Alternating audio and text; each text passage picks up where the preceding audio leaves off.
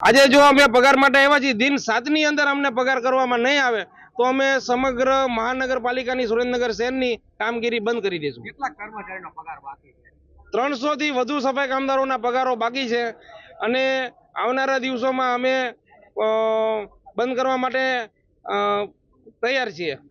અને પગાર અમારા ત્યાંમાં થતા નથી। 4 કલાકની નોકરી સાહેબ અમારા એમાં ભરણ પોષણ થાય ખરું અમારું?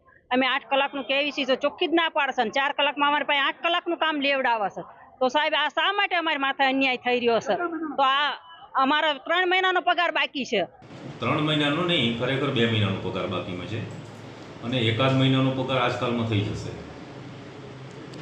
જી હા, એવો પણ આક્ષેપો કરવામાં આવ્યા કે સેન્ટ્રી ઇન્સ્પેક્ટર છે તે હુંકારે તુકારે બોલાવે છે ને અપમાનજનક વર્તન કરે છે, શું કહેશો? એમાં તપાસ કરી લઈશું, એમની રજૂઆતમાં તથ્ય છે કે કેમ હવે। સફાઈ કામદારોને 3 મહિના પગાર ન થવાનું કારણ શું છે?